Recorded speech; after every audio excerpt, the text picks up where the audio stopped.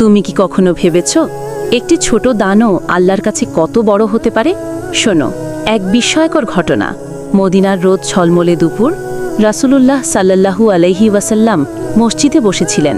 কিছু দরিদ্র লোক মসজিদে এসে বলল, ইয়া রাসূলুল্লাহ, আমাদের ঘরে খাবার কিছু নেই। সঙ্গীরা কিছুটা নীরব হয়ে গেল, কারো কাছে বেশি কিছু ছিল না। হঠাৎ এক সাধারণ মুসলিম দাঁড়ালেন, তার কাছে ছিল মাত্র একটি খেজুর। তিনি সেটি তুলে দিয়ে বললেন, ইয়া রাসূলুল্লাহ, এটুকুই আমার সামর্থ্য। সঙ্গীরা অবাক হয়ে গেল। কেউ কেউ মনে মনে ভাবল, একটি খেজুর দিয়ে কি হবে?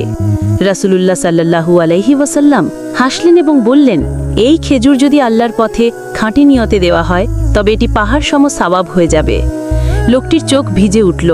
সেদিন তার ছোট্ট দান একটি দরিদ্র পরিবারের মুখে হাসি ফুটিয়েছিল।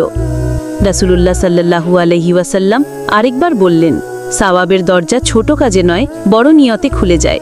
সামান্য জিনিসকেও খাটো করে দেখো না। তুমি হয়তো ভাবছো তোমার ছোট দান বা ছোট দয়া কোনো কাজে লাগবে না, কিন্তু আল্লাহর কাছে আন্তরিকতা পাহাড়ের থেকেও বড়। হয়তো তোমার আজকের ছোট্ট একটি কাজ, একটি রুটি ভাগ করা, কারো মুখে হাসি ফোটানো, তোমার জান্নাতের টিকিট হয়ে যাবে। তাই দয়া ও দানকে কখনো ছোট করে দেখো না। একটি খেজুরও জান্নাতের দরজা খুলতে পারে।